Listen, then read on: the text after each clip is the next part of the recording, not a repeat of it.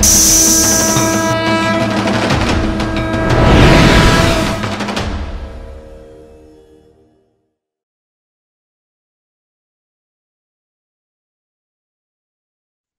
శ్రీ మాత్రే నమః.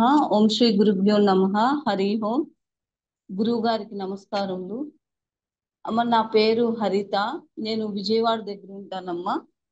నేను work from home, small home business అట్లా చేసుకుంటా ఉంటానమ్మా. ఆ దుర్గా నవరాత్రులు పీఠంలోకి వచ్చినాక నేను ఇది రెండోసారమ్మా.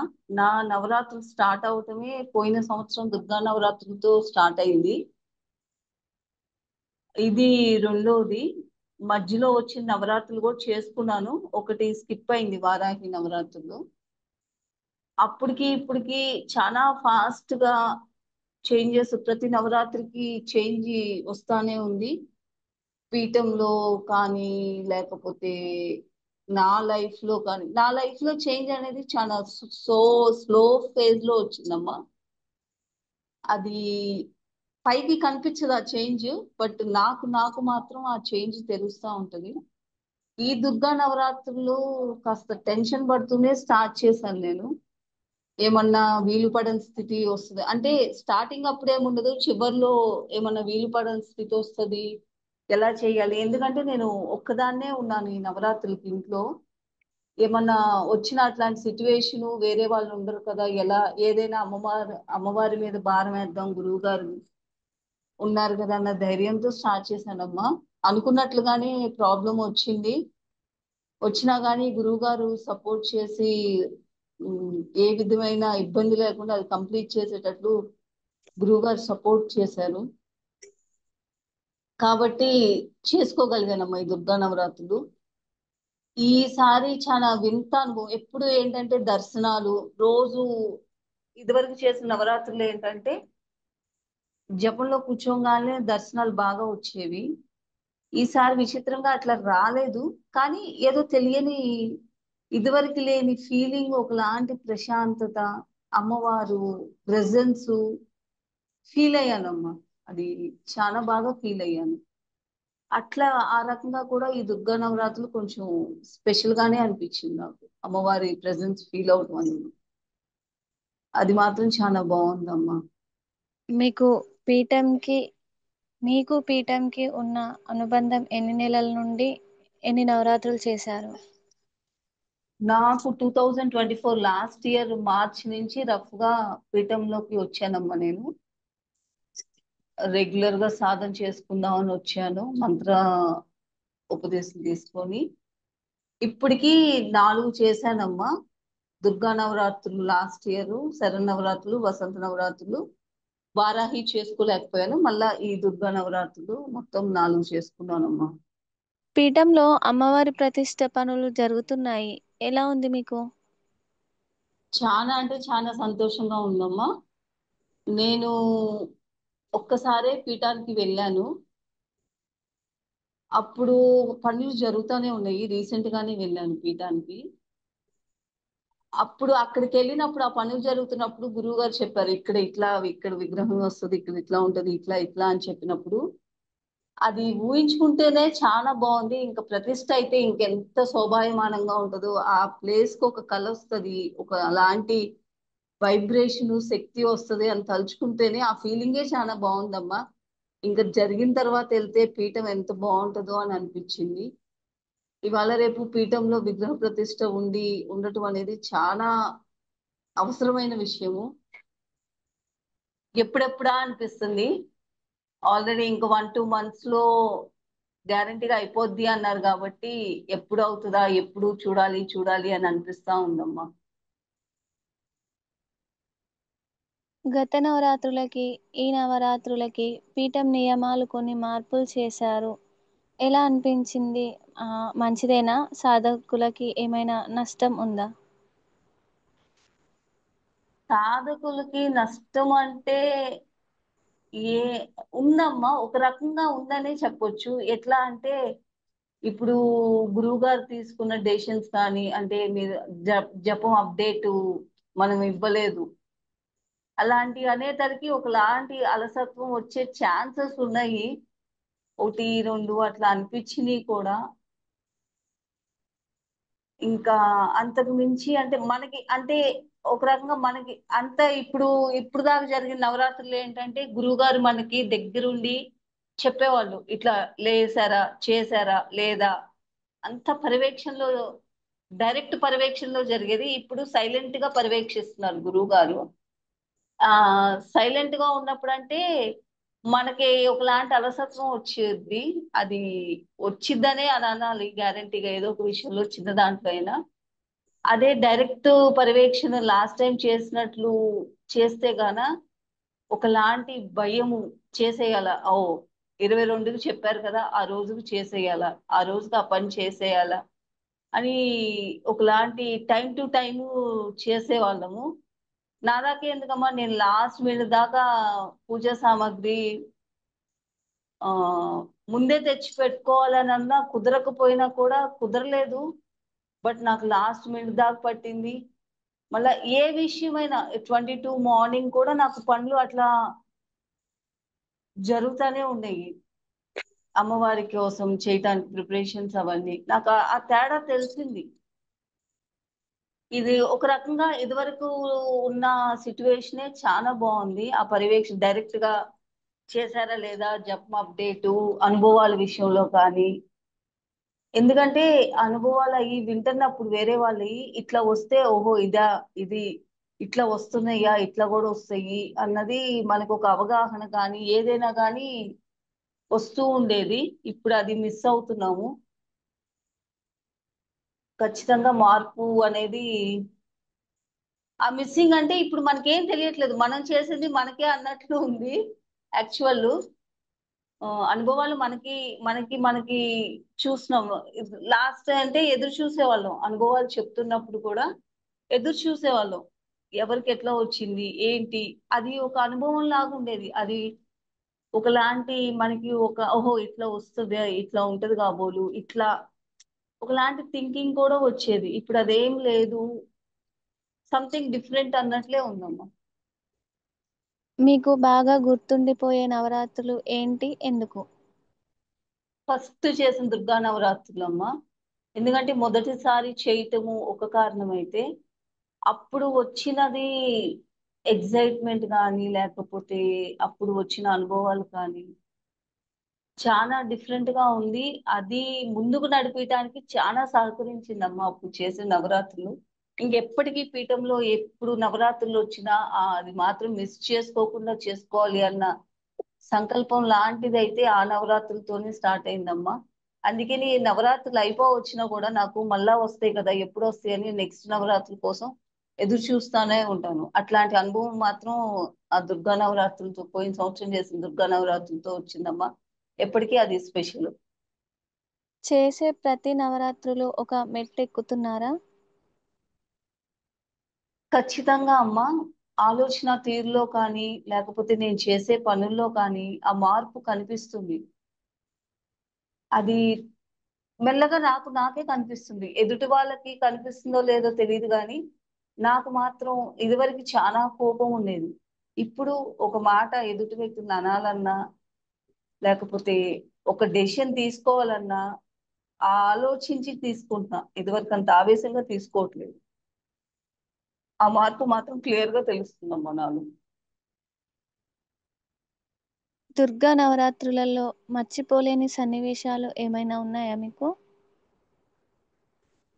ఈ దుర్గా నవరాత్రుల్లో అమ్మ నేను అమ్మవారిని ప్రెసెన్స్ ని ఫీల్ అయ్యానని చెప్తున్నాను కదమ్మా. జపంలో కూర్చోగానే గజ్జల చప్పుడు వినిపించేదమ్మా. నాకు ఫస్ట్ లో అనిపించేది అంటే కీచురాలు కూడా ఉంటాయి కదా, దానికి దీనికి డిఫరెన్స్ తెలియట్లేదేమో, కీచురాలు శబ్దం ఏమో అని అనుకున్నాను. కానీ ఒక రోజు రెండు రోజులు కాదమ్మా, చేసిన రోజు ప్రతి రోజు వస్తానే ఉంది. ఎప్పుడు దాకా వచ్చేదంటే నేను పడుకున్న దాకా సౌండ్ వినిపిస్తానే ఉండేది నాకు. మళ్ళా అదే చెప్తున్నాను, అయిపోయినాయి కదమ్మా, ఇవాళ నేను అదే ఆలోచిస్తున్నాను. అదే రూమ్ లో పడుకుంటాను, ఏ రూమ్ లో అయితే రోజు పడుకున్నా. ఇవాళ ఆ సౌండ్ లేదమ్మా, గజ్జల సౌండ్. అమ్మవారు అది వెళ్ళిపోయింది. అంటే సాగనంపాం కానీ నిజంగా అసలు జపం చేసుకుంటున్నప్పుడు మాత్రం కంపల్సరీ వినిపించేది. అసలు స్టార్ట్ చేయగానే వినిపించేది నాకు. అమ్మ వచ్చావా అని సంతోషపడేదాన్ని నేను. అట్లానే పడుకున్నప్పుడు కూడా పక్కన అనిపించేది గజ్జె సౌండ్. అది అది కూడా ఎట్లా అంటే డిస్టెన్స్ గా వెళ్ళినప్పుడు దగ్గరగా ఉన్నప్పుడు సౌండ్ ఆ డిఫరెన్స్ కూడా తెలిసేది. అది మాత్రం నాకు బాగా మర్చిపోలేదు. అదే మెయిన్, అసలు అదే బాగుంది. రోజు అదొక వింతైన అనుభూతి లాగా ఉండేది. సంతోషం అమ్మా. మంత్రదీక్షకి మీకు ఎంత ఖర్చు అయింది? అంటే గురుదక్షిణ ఏమన్నా అడిగారా? హోమం కానీ ఇతర ఖర్చులకి కానీ ఏమన్నా ఇవ్వమని అడిగారా మిమ్మల్ని? ఎప్పుడు అసలు ఆ టాపిక్ కానీ ఎప్పుడు అసలు స్టార్టింగ్ నుంచే లేదమ్మా, ఎప్పుడు లేదమ్మా. ఉచితంగానే ఇచ్చారు. అసలు జనరల్ గా ఏంటంటే ఉచితంగా ఇచ్చింది పెద్దగా ఇవ్వరు. ఏదో అట్లా ఏ విషయంలో అయినా మనం చూస్తే ఉచితంగా ఇచ్చారు అంటే పై పైన ఇస్తారు అన్నట్లు ఉంటది. కంప్లీట్ ఇన్ఫర్మేషన్ కానీ కంప్లీట్ గా ఏది ఇవ్వరు.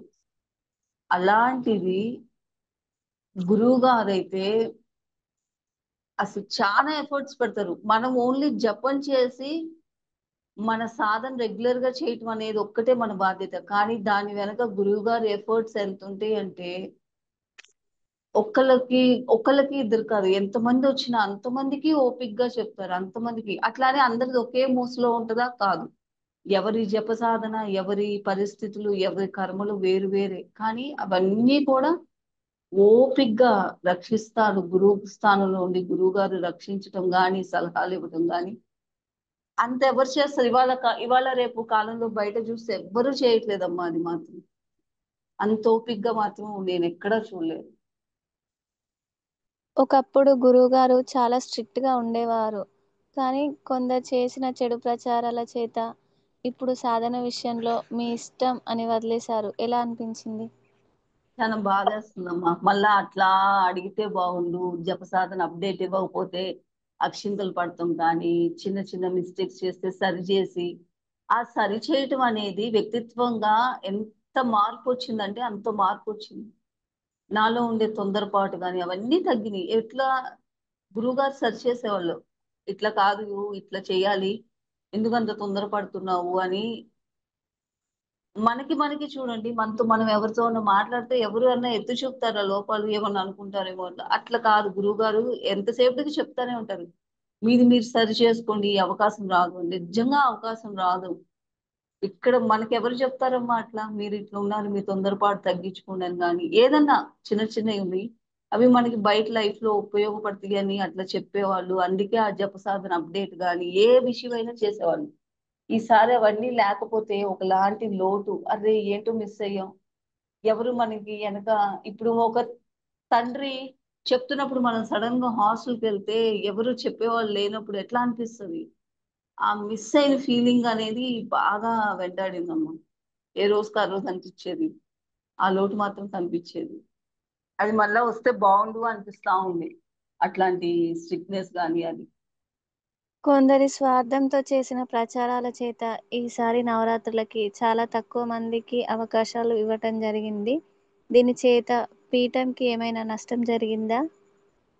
పీఠంకి ఏం నష్టం జరుగుతుందమ్మా? ఏమి నష్టం జరగదు.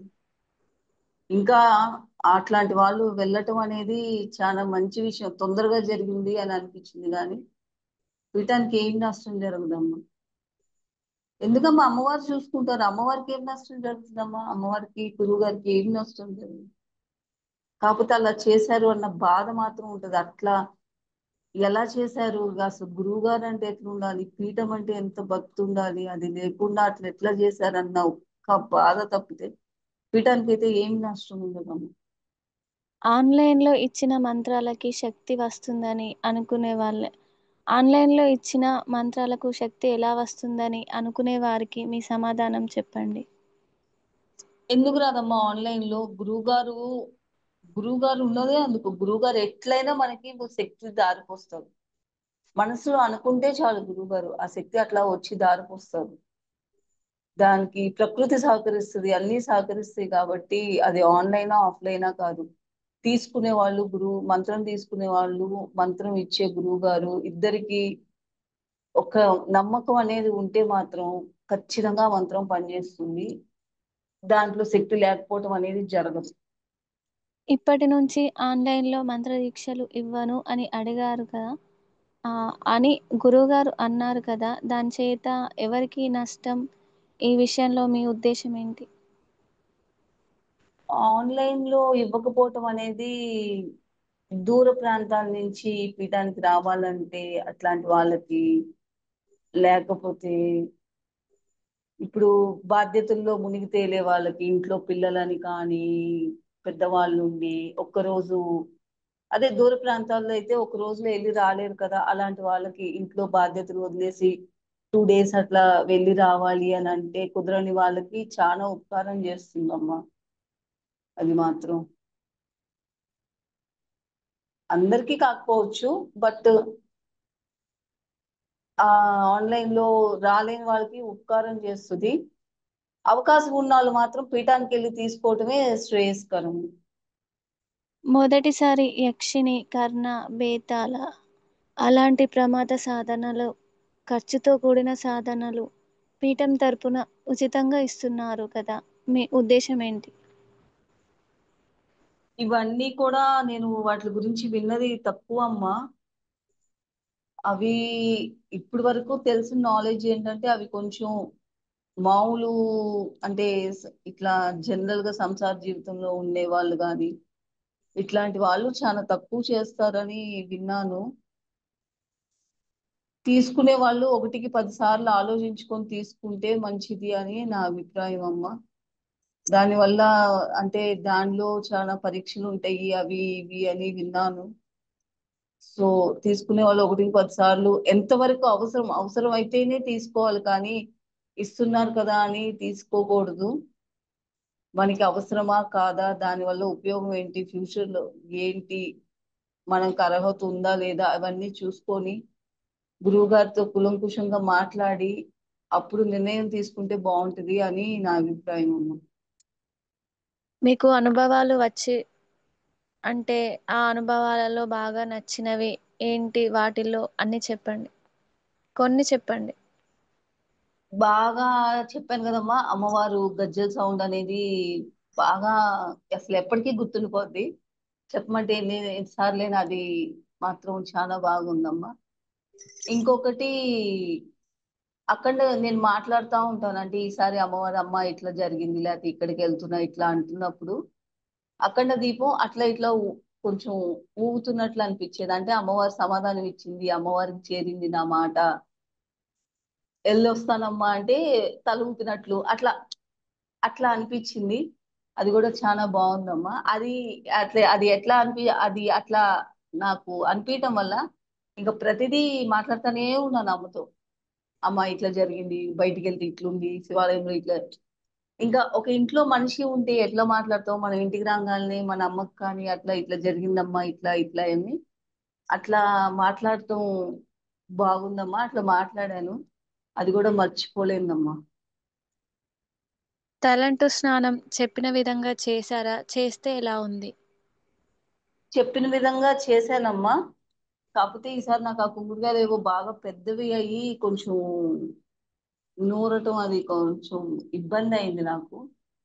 కానీ కుంకుడుకాయలతో ఎప్పుడూ చేస్తాను, ఇప్పుడు కూడా చేస్తే ఆ హెయిర్ కొంచెం సిల్కీగా, తలనొప్పి అనేది ఉండేది, అది దాని నుంచి నాకు ఫ్రీ అయ్యానమ్మా. ఈ నవరాత్రులు అన్నాళ్ళు అయితే అసలు ఇబ్బంది పెట్టలేదు, ఇప్పుడు కూడా పెద్దగా ఏం లేదు. ఎట్లయినా గురువు గారు ఇచ్చే ఆయుర్వేద ఇట్లాంటివి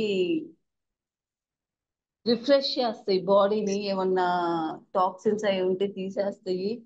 హెడేక్ అయితే ఈ నవరాత్రులు టైంలో ఏదో ఒక రూపంలో మాత్రం వచ్చే చిన్న చిన్న హెడేక్స్ లాంటివి అట్లాంటివి మాత్రం పూర్తిగా పోయేటట్లే ఇస్తారు గురువు గారు. అమ్మవారికి పంచామృత అభిషేకం చేశారు కదా, ఎలా అనిపించింది? ఈసారి నాకు ఆ ఆ రోజు నుంచే ఇబ్బంది వచ్చిందమ్మా. అది అందువల్ల నేను ఉద్వాసన రోజు వాయినాలు, వాయినాలు కాదు సారి పెట్టాల్సిన రోజు అది ఏమీ చేయలేకపోయాను అమ్మవారికి. ఇంట్లో కూడా ఎవరు లేరు, ఇంకా గురువు గారికి చెప్తే గురువు గారు చూసుకుంటాను అన్నారు. అఖండ దీపము పక్కన వేరే వాళ్ళు ఉంటే వాళ్ళు చూశారు. అది వరకు చూడమ్మా, మిగతాది నేను చూస్తాను అని అన్నారు. సో అది ఏమీ చేయలేకపోయానమ్మా. పంచామృతము గాని సారే ఇవ్వటం గాని అట్లాంటివి ఏమీ చేయలేకపోయాను. నా చేతులతో నేను చేయలేకపోయాను ఇంకా. అమ్మవారి దగ్గర ఆ, ఉంచిన నీరు కానీ నైవేద్యాలు కానీ ఏమన్నా అమ్మవారు తీసుకున్నట్లుగా ఆనవాళ్ళు కానీ ఏమన్నా కనిపించిందా? మీకేమనిపించింది? ఈసారి పా పానకం పెడితే అవి మాత్రం కొంచెం తగ్గినట్లు అనిపించేది. ఆ అనిపించేది అమ్మకి అట్లా తీసుకున్నప్పుడు అనిపించేది, అమ్మ పానకం తాగింది కదా, ఈసారి కూడా కరెక్ట్ గా తొందరగా పెట్టాలి, అమ్మ ఎదురు చూస్తుందేమో, నైవేద్యం లేట్ అవ్వకూడదు అంటే. ఒక్కోసారి నాకు ఒక 10-15 మినిట్స్ అటు ఇటు నిన్నటి మీద లేట్ అవుతుంది అని అనిపించింది అనుకో, వెంటనే అనిపించేది అమ్మో అమ్మ ఎదురు చూస్తుంది కాబోలు, పెట్టేయాలి పెట్టేయాలి, వెయిట్ చేస్తా ఉంటది అన్న ఫీలింగ్ వచ్చేది. తీసుకుంది ఒక్కసారి అట్లా పానకం కొంచెం తాగితేనే అట్లా అనిపిస్తే అది ఎట్లా ఉంటదంటే, మన ఇంట్లో వాళ్ళకి మనం పెడితే ఎట్లుంటది, చిన్న పిల్లలు తింటే ఆ తృప్తి, మనం చిన్నపిల్లలకి పెడితే వాళ్ళు తింటే ఎట్లా అనిపిస్తుంది, మనకి సంతృప్తిగా ఉంటది కదా. అలాంటి ఫీలింగ్ అమ్మ, సంతృప్తిగా అనిపించింది. జప సాధనలో మీకు ఏమైనా ఇబ్బందులు వస్తే వాటిని ఎలా అధిగమించారు? నాకు ఈసారి కొంచెం కాళ్ళు తిమ్మిర్లు అనిపించిందమ్మా. ఎక్కువసేపు కూర్చోలేకపోయేదాన్ని. సో 20 మినిట్స్కి ఒకసారి అలా గురువు గారికి అమ్మవారికి క్షమాపణ చెప్పుకొని ఒక 4 అడుగులు అట్లా లేసి వచ్చి మళ్ళీ ఒక రౌండ్ అట్లా వచ్చి కూర్చునేదాన్నమ్మా. అది తప్పితే పెద్ద ఇబ్బందులు ఏం రాలేదమ్మా. మీకు నవరాత్రులు సంతృప్తిని ఇచ్చాయా? ఏమైనా లోటు ఉందా? సంతృప్తిని ఇచ్చాయమ్మా. లోటు అంటే అదే చివరి 2 రోజులు నేను చేయలేకపోయాను. ఇంకా సంతృప్తి అంటే ఆ లోటు అంటే అదే నేను చేయలేకపోయానమ్మా చివరి 2 రోజులు. సంతృప్తి అంటే ఆ చేయలేని దానికి కూడా గురువు గారు చక్కగా పరిష్కారం చెప్పి, ఫస్ట్ టెన్షన్ పడ్డాను. ఎక్కడో గురువుగారు ఏదో ఒకటి చెప్తారని ఉన్నా కానీ అయ్యో నేను చేయలేకపోతున్నానే అన్న టెన్షన్ ఉంది. ఎప్పుడైతే గురుగారు పర్లేదమ్మా నేను చూసుకుంటాను, అఖండ దీపం ఒక్కటి ఆ పక్కన అమ్మాయి చేత కొంచెం ఆ, ఇది అవ్వకుండా జాగ్రత్తగా చూడమని చెప్పమ్మా అని చెప్పినప్పుడు అప్పుడు రిలీఫ్ అయ్యాను. ఆ పొద్దున కూడా అమ్మవారిని గురువుగారే సాగనంపారు ఉద్వాసనది. అదొక్కటేనమ్మా నా చేతితో చేయలేదన్న ఇదే గాని అంతకు మించి పెద్ద ఇదేం లోటేం లేదమ్మా. పీఠం చేపట్టే అన్న సంతర్పణ కార్యక్రమాలు 49కి పూర్తి చేసుకుని 50ది చేయబోతున్నాం. మీ ఉద్దేశం ఏంటి? అన్న సంతర్పణకి నేను ఇన్ని జరిగినా కూడా లాస్ట్ మొన్న సమ్మర్ దాకా వెళ్ళలేకపోయాను. దాదాపు సమ్మర్ ముందు దాకా మేబీ మార్చి ఆ టైంలో వెళ్ళినట్లున్నాను. 1 ఇయర్, పోయిన ఇయర్ నుంచి పీఠంలో ఉన్నా కానీ ఒక్కదానికి కూడా వెళ్ళలేకపోయాను. దానికి కూడా అదృష్టం ఉండాలి.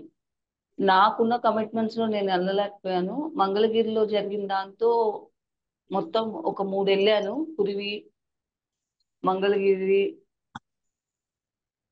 ఆ ఇది ఒరిస్సా వెళ్ళాను, భువనేశ్వర్ అది. వెళ్ళినప్పుడు ఆ అనుభవాలు కానీ అవి చూస్తే మిగతా మళ్ళీ మళ్ళీ వచ్చే ప్రతిసారి వెళ్ళినప్పుడు ఒకటే కోరుకుంటాను, ఇంకెక్కడన్నా నెక్స్ట్ టైం అన్న సందర్భానికి నాకు వచ్చే అవకాశం ఇవ్వు తల్లి అని. కానీ అవి సెలవులు కాబట్టి ఎట్లనో ఆ 3 వెళ్ళగలిగాను నేను. చాలా బాగుంటదమ్మా. అన్ని చేయటం కూడా అంత ఇదిగా నేను ఒరిస్సాలో మన రాష్ట్రంలో చేయటం ఒక ఎత్తు అయితే ఒరిస్సాలో చూశాను కదా, అసలు ఆ కష్టం చూసినప్పుడు అనిపించింది అన్న సంతర్పణ ఎంత కష్టము పడతారు అన్నది. మనము జస్ట్ అనుకుంటాము వెళ్ళి వస్తాము, అక్కడ చిన్న చిన్న పనులు చేస్తాము. సిట్యువేషన్స్ అగెయిన్స్ట్ గా ఉన్న వేరే స్టేట్ లో భాష రానప్పుడు అట్లాంటప్పుడు ఎలా చేస్తారు అన్నది చూసినప్పుడు అనిపించింది ఎంత కష్టం ఉంటది. బ్యాక్గ్రౌండ్ ఒక్క రోజు కాదు, దానికి ముందు నుంచి ఒక వారం 10 రోజులైంది, ఇంకా నెల నుంచి చేస్తే గానీ అంత పర్ఫెక్ట్ గా రాదు అనిపించింది. అలాంటిది 49 వేరు వేరు కర్ణాటక అని, కాశీ అని, అక్కడ ఇక్కడ చేశారు. ఎంత ఓర్పు, గురువు గారికి ఎంత పట్టుదల, ఓర్పు ఉంటే, అమ్మ సహకారం ఉంటే 49 కంప్లీట్ చేసి 50వ దానికి వెయిట్ చేస్తా ఉంటాము అని అనిపించింది. 50 అనంగానే ఇంకా అట్లానే చేస్తారు గురువు గారు, చెయ్యాలి అని కూడా ఆకాంక్ష అమ్మ. వెళ్ళాలి మరి చేసి 50వ దానికి కూడా ఎట్లయినా వెళ్ళాలి. ఎక్కడో తెలియదు ఇంకా ప్లేస్ కాబట్టి ఎట్లయినా వెళ్ళాలి అని మాత్రం అనుకుంటున్నాను. ఇంకంతా అమ్మవారి గురువు గారి ఇచ్చ. పీఠంలోకి రాకముందు వచ్చిన తర్వాత మీలో కానీ శారీరకంగా కానీ మానసికంగా కానీ ఏమైనా మార్పులు ఆ, ఏమైనా ఉంటే చెప్పండి. శారీరకంగా అంటే పెద్దగా ఏం లేదమ్మా, కానీ ఏ చిన్న నొప్పి వచ్చినా అమ్మవారికి నివేదించుకుంటా. అమ్మ నాకు ఇట్లుందమ్మా, నేను నేనంటూ సింగిల్ గా, అంటే నేను ఒక్కదాన్నే ఉంటాను కాబట్టి పెద్ద, నాకంటూ ఏమన్నా హెల్త్ ఇష్యూస్ వస్తే కష్టం అమ్మా, ఒక్కదాన్నే నేను ఉండాలి, నిన్ను పోల్చుకునే ఇది కూడా నాకు ఉండదు. అందుకని ఏది వచ్చినా అంత పెద్దది రానీకమ్మా అని అంటా ఉంటే, చిన్న చిన్నవి అమ్మ దగ్గర నివేదించుకుంటే అవి మెల్లగా 2-3 డేస్ లో సబ్సీడ్ అయిపోతా ఉంటాయి. ఇంకా మానసికంగా అంటే చాలా మార్పు వచ్చిందమ్మా. ప్రతిదీ చేసే దాంట్లో శ్రద్ధ అనేది ఎప్పటికప్పుడు పెరుగుతా ఉంది. చేసే పని నిన్న ఎంత శ్రద్ధగా చేశానో ఇవాళ ఇంకా శ్రద్ధగా చేయాలి. పూజ గాని, జప సాధన కానీ, ఇంకేదైనా కానీ. నాలో ఆవేశము, కోపము, ఇట్లాంటి మైనస్ నెగిటివ్లు ఏదైతే ఉన్నాయో ఒక్కోటి చాలా పోయినాయి అమ్మ. ఆలోచన తీరు మారింది. ఇదివరకు ఒకటే ఆవేశం వచ్చేది, ఎవరైనా ఏమన్నా చిన్న మాట నన్నే అంటారా అన్నట్లు ఉండేది నా పరిస్థితి. వాళ్ళని తిరిగి అందామా అన్నట్లు ఉండేది, గొడవకి వెళ్ళిపోదామా అన్నట్లు ఉండేది. ఇప్పుడు అట్లాంటిది ఏమీ లేదమ్మా. అంతా అమ్మవారు చూసుకుంటారు. అమ్మ ఉంది కదా, ఇంకా మనం మధ్యలో వెళ్ళి గొడవ పడతాం ఎందుకు అన్నట్లు నా ఆలోచన తీరు మారిపోయింది. చాలా మార్పు వచ్చిందమ్మా. ఇంకా మార్పు వస్తుంది అని అనుకుంటున్నానమ్మా. ఇంకా మారాల్సింది ఉంది, ఆ మార్పు కూడా వస్తుంది అని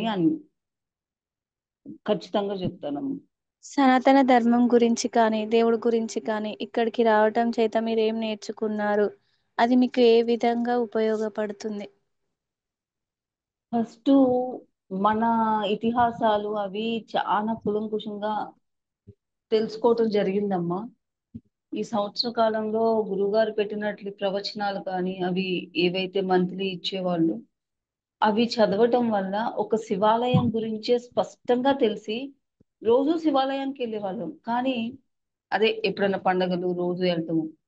అది వినకముందు విన్న తర్వాత ఆ వెళ్ళిన దానికి ఒక అర్థం వచ్చిందమ్మా. ఎందుకు వెళ్తున్నాను, ఎట్లా తిరగాలి, ఏమి చూడాలి, శివాలయంలో ఉన్న విశిష్టత ఏంటి, శివలింగం విశిష్టత, అట్లాంటి అంత చిన్నవి కూడా ఎప్పుడూ వెళ్తాం గుడికి. కానీ అది విన్న తర్వాత వెళ్ళింది, ఇప్పుడు గుడిని ఒక ఒక మార్పు దృక్పథంతో చూస్తున్నాం. అది మంచిగానే చూసి మనకు ఒక ప్రశాంతత ఇంకా పెరుగుతుంది. ఇదివరకు గుడికి వెళ్ళినప్పుడు ఏదైనా, ఇప్పుడు తిరుపతే అనుకోండి, అంత రష్ లో వెళ్తే ఇదివరకు వెళ్ళినప్పుడు ఏమనిపించేది అంటే, అబ్బో ఈ రష్ లో వెళ్ళాలా, వెళ్ళకపోతే ఏమైంది అట్లా అనిపించేది. కానీ ప్రవచనాలు విన్న తర్వాత, ఆ విశిష్టత విన్న తర్వాత అంత కష్టపడి వెళ్ళటంలో తప్పు లేదు అని అనిపించింది. ఇప్పుడు వెళ్ళాలన్నా ఆ ఫీలింగే రాదు. వెళ్ళాలి, ఆ కష్టం పడాలి, ఎవరి కోసం మనం, వెంకటేశ్వర స్వామి కోసం పడాలి, ఎందుకు పడకూడదు అని అనిపించేది నమ్మ. ఆ మార్పు, అది అది వస్తేనే మనలోని భక్తి పెరుగుతుంది, మనలోని ప్రశాంతత పెరుగుతుంది, అన్నీ కూడా. ఇది ఒక ఉదాహరణ మాత్రమే. ఇట్లాంటివి ప్రతిదీ కూడా చూసే దృక్పథం మారింది. చాలా విషయాలు, తెలియని విషయాలు చాలా తెలిసినాయి. అంతెందుకమ్మా, రోజువారీ పూజ విషయంలో కూడా ఎన్నో చిన్న చిన్న విషయాలు, మనం ఏముందిలే అనుకునే విషయాలు, వాటి యొక్క విశిష్టత, అవి చేయటం వల్ల చెయ్యకపోవటం వల్ల ఏంటి అన్నది క్లియర్ గా తెలిసి చేసుకోవటం వల్ల చాలా తృప్తి వస్తుంది. ఏదో అట్లట్లా చేసేసినట్లు కాకుండా నిదానంగా, ఆ పద్ధతిగా తెలుసుకొని చేయటం అనేది చాలా తృప్తినిస్తుందమ్మా. ఇట్లాంటి రోజువారీ చేసే పనుల్లో కూడా చాలా మార్పు, తృప్తి వస్తుంది. మా నైవేద్యం పెడతాం అమ్మవారికి. ఇదివరకు అసలు పెట్టేవాళ్ళమా లేదు, మా ఇంట్లో ఇప్పటికీ ఎవరు పెట్టరమ్మా. నేను ఒక్కదాన్నే పెట్టేది. అటు మా అమ్మ వాళ్ళు కానీ, ఇటు మా అన్నయ్య వాళ్ళు కానీ, ఇటు మా అత్తగారి సైడ్ కానీ ఎవరు నైవేద్యం పెట్టరు. జస్ట్ దీపం వెలిగించి ఓ చిన్న బెల్లం ముక్క కూడా కాదు, ఆ చక్కెర కండలు వస్తుంది కదా, అవి పెట్టి ఊరుకుంటాను. కానీ నేను రోజు అన్నం పెడుతుంటే అందరు నన్ను వింతగా చూస్తారు. కానీ పెట్టాలమ్మా, ఇట్లా ఫోటోలు ఇన్ని ఉండాలి అవి కూడా తెలీదు. ఇదివరకు ఎక్కడికి పోయినా తెచ్చేసుకునే వాళ్ళం, ఎవరిచ్చినా తీసేసుకొని మా మందిరంలో పెట్టేసుకునే వాళ్ళం. కానీ అట్లా ఉండకూడదని తెలిసినప్పుడు అందరికీ చెప్తుంటే, అది నేను చెప్తున్నా ఎందుకంటే ఇప్పుడు ఎవరు ఎవరింట్లో ఉన్న ఓ తెగ ఫోటోలు చూస్తే నాకు జాలేసి ఆగదు మనసు. చెప్పేద్దాం చెప్పేద్దాం, వాళ్ళు తెలిసిన వాళ్ళు అవని తెలియని వాళ్ళు అవని చూసినానంటే చెప్పేద్దాం అనిపిస్తుంది. అమ్మ ఇది పరిస్థితి, నిన్ను ఉంచుకోకూడదు, ఇట్లా ఉంచుకోవాలి, ఇట్లా ఇట్లా అని. వాళ్ళు ఏమైనా అనుకుని తర్వాత వాళ్ళు తీయకపోని వాళ్ళు ఏమైనా అనుకుని చెప్పేద్దాం అనిపిస్తుంది. అట్లాంటి చిన్న చిన్న విషయాలు ఎన్నో కూడా చాలా నేర్చుకున్నానమ్మా. గురుముఖత మంత్రోపదేశంకి మామూలుగా మనమే సొంతంగా చేసిన మంత్రంకి ఏమైనా తేడా అర్థమైందా? తెలిస్తే చెప్పండి. గురుముఖత చేసిన దానికి మనము రోజు ఒక గంట 2 గంటలు చేస్తుంటే ఆ వైబ్రేషన్, ఆ శక్తి తెలుస్తుంది. అదే మనకి మనము ఏదన్నా మంత్రం తీసుకొని ఇది ఇన్నిసార్లు చదువుతాం, లేకపోతే ఇన్ని రోజులు చదువుతాం అంటే మీరు జీవితకాలం అంతా చదివినా కూడా ఆ వైబ్రేషన్, ఆ శక్తి మీరు ఫీల్ అవ్వలేదు. ఏదో రోజు చదువుతున్నాం, అది మనకి కండతా వచ్చేస్తుందే కానీ ఆ మంత్రము, ఆ డిఫరెన్స్ మాత్రం క్లియర్ గా తెలుస్తుందండి. నేనే చేసేదాన్ని కదా ఏదన్నా, ఎవరన్నా చెప్తారు ఇన్నిసార్లు ఇట్లా ఇట్లా అని, అదే లేకపోతే ఆన్లైన్ లో యూట్యూబ్ లోనే ఇదివరకు చేసేదాన్ని. ఏమీ లేదు. కానీ గురుముఖత తీసుకున్న తర్వాత చేసినాక అందులో ఏమైనా ఇబ్బందులు వచ్చినా, ఏమైనా నెగిటివ్ ఫోర్సెస్ వచ్చినా అన్నిటికీ గురువు రక్షణ అనేది ఉంటది. అదే ఏమీ లేకుండా మనం ఏదో చూసింది చేసేసామంటే ఆ వచ్చే నెగిటివ్ ఫోర్సెస్ ని మనము హ్యాండిల్ చేయలేము. కాబట్టి గురుముఖత తీసుకోవటం అనేది చాలా ఇంపార్టెంట్. అమ్మవారికి సారే ఇవ్వాలని గురువు గారు చెప్పారు కదా, మీకు ఎలా అనిపించింది? ఇవ్వలేకపోయానమ్మా ఈసారి. ఆ గురువుగారు అన్నారు అయిపోయిన తర్వాత క్షమాపణ చెప్పి అప్పుడు పెడితే పెట్టమ్మా అది అన్నారు. సో రేపు సోమవారం కానీ బుధవారం కానీ పెడతానమ్మా. ఇప్పుడైతే చివరి రోజు చేయలేకపోయాను. అంటే ఉద్వాసన కార్యక్రమం కూడా చేయలేదమ్మా, నేను గురువుగారే చూసుకున్నారంతా. గురువు గారికి చెప్పిన తర్వాత నేను చూసుకుంటానమ్మా, టెన్షన్ పడొద్దు అని గురువు గారే మొత్తం చూసుకున్నారు, చేశారమ్మా. ఇక్కడే మనకి తెలుస్తుందమ్మా, గురువు గారు రిమోట్ గానే చేశారు. అక్కడే గురువు గారి యొక్క బలము గాని, ఎలా చేస్తారు, ఎలా కష్టం వస్తే ఏదన్నా ప్రాబ్లం వస్తే ఎలా సాల్వ్ చేస్తారు అన్నది, ఇలాంటి విషయాలు అప్పుడే క్లియర్ గా మనకి తెలుస్తుందమ్మా. గురువు అవసరం ఏంటి, గురువు ఉండటం వల్ల, గురువు సంరక్షణలో నవరాత్రులు చేసుకోవటం వల్ల జరిగే మంచి ఏంటి అన్నది ఇలాంటి ప్రాబ్లమ్స్ వచ్చినప్పుడు, ఇలాంటి టైంలోనే మనకి బాగా అర్థమవుతుందమ్మా. అవును, అట్లాంటి సిచ్యువేషన్స్ వచ్చినప్పుడు ఏం చేయలేని పరిస్థితి కదా. గురువుగారి సపోర్ట్ ఎంత ఉంటే మనం ఇంతలా చేసుకుంటున్నాం. అదే కదా, అది ప్రాపర్ గా చెయ్యకపోతే ఇప్పుడు మనకి ఏమీ తెలియదు అనుకోండి, వస్తే అట్లా మధ్యలోనే వదిలేసి ఉండిపోయే వాళ్ళం కదా. అదే అదే. అట్లాంటప్పుడు అది ఎంత దోషమో, ఏదో ఒక రకమైన దోషం తెలియక చేసిన చిన్న దోషం అనేది ఉంటది. లేకపోతే ఇంకా వేరే ఏదైనా ఉండొచ్చు, మనకు తెలియదు అవన్నీ. కానీ అదేమీ లేకుండా అట్లాంటి కష్టం అనేది మన దాకా రాకుండా గురువు గారు చక్కగా సాల్వ్ చేసేసి మనకి అండగా ఉన్నారు. అది అప్పుడే పీఠము, గురువు అనే మాటలకు కానీ ఆ స్థానానికి కానీ ఎంత విలువ ఉంటుందో, ఎంత సంరక్షణలో ఎందుకు చెయ్యాలి అంటారో బాగా తెలుస్తున్నాం. నేటి సమాజంకి ఇలాంటి పీఠం అవసరం ఉందా? చాలా ఉందమ్మా. ఎందుకంటే చెప్తున్నాను కదా, మన మన జీవితాల్లోనే మార్పు చూస్తున్నాం కదా మనం. అలాంటి మార్పు ప్రతి ఒక్కరిలోనూ వస్తేనే కదా సొసైటీ అనేది బాగుండేది. అందుకని ఈ పీఠం అనేది అవసరము చాలా ఉంది. ఇలాంటి ధర్మం గురించి కానీ ఇలా చక్కగా చెప్పేవాళ్ళు ఎంతమంది ఉన్నారమ్మా.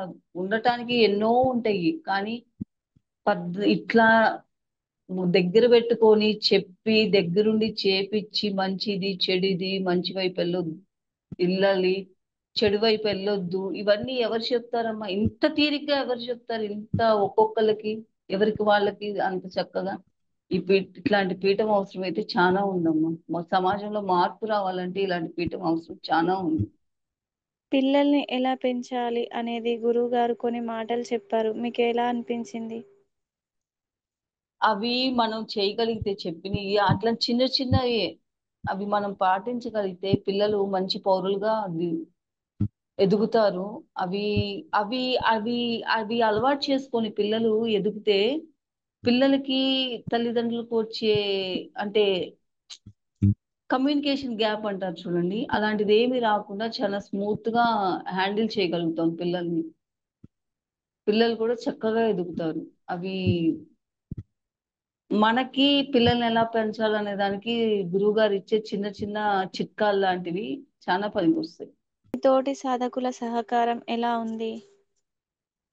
చాలా బాగుందమ్మా. అందరూ శాంతంగానే ఉంటారు. ఎన్నిసార్లు ఫోన్ చేసినా కానీ ఎంత చిన్నదైనా కానీ పోయినసారి అడిగి మళ్ళా మనం ఈసారి కూడా అదే క్వశ్చన్ వేసాము అనుకోండి, లేకపోతే నిన్న అడిగి ఇవాళ అడిగాము అనుకోండి, ఏ రోజు ఏ ఒక్కరు కూడా విసుక్కోరు, చక్కగా సమాధానం చెప్తారు. ఒకవేళ మనం కాల్ ఎత్తపోయినా వాళ్ళు ఎత్తపోయినా కనీసం మెసేజ్ తో కమ్యూనికేట్ చేసి ఇట్లా ఉంది ఇట్లా చేస్తాము అని చెప్పి చాలా చక్కగా సపోర్ట్ గా ఉంటారమ్మా. చివరగా, ము- ముందు రోజుల్లో నవరాత్రులు చేసుకునే వారికి మీరు ఇచ్చే సందేశం ఏంటి? నవరాత్రులకి ఓకే అని చెప్పటం, చేసుకుందాం అన్న ఆలోచన రావటమే మన జీవితంలో మార్పుకి నాంది అన్నట్లు చెప్పొచ్చమ్మా. పీఠంలో నవరాత్రులు చేసుకుందాం అని అనుకోని ఇచ్చాము అంటే మన జీవితంలో మార్పుకి అది నాంది అనుకోవాలి. ఒకవేళ ఈ నవరాత్రుల్లో రాలేదనుకోండి, నెక్స్ట్ నవరాత్రుల్లో అయినా వస్తుంది. అసలు ఆ ఆలోచన రావటం అనేదే మన జీవితంలో మార్పుకి అంటే మంచి జరగటానికి మార్పుకి ఒక నాందిలాగా మనం చెప్పుకోవచ్చు. అందుకని ఎవ్వరు కూడా అవకాశం వస్తే మాత్రం వదులుకోకుండా, చిన్న చిన్న హడ్డిల్స్ వస్తాయి అంటే ఏదన్నా చేయలేదేమో చేస్తారేమో అనే భయం లాంటిది కానీ లేకపోతే టైం లేదన్న ఫీలింగ్ కానీ ఇలాంటివి వచ్చినా కూడా అవన్నీ చిన్న చిన్నవి అమ్మ. ఒక్కసారి మనం చేసుకుందాము అని అనుకోవటం స్టార్ట్ చేస్తే ఇవన్నీ కూడా మనకి ఆటోమేటిక్ గా అనుకూలంగా మారుతాయి.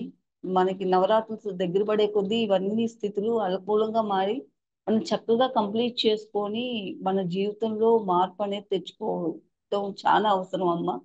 మనం మారితే మనతో పాటు మన చుట్టూ ఉన్న వాళ్ళు కూడా మారుతారు.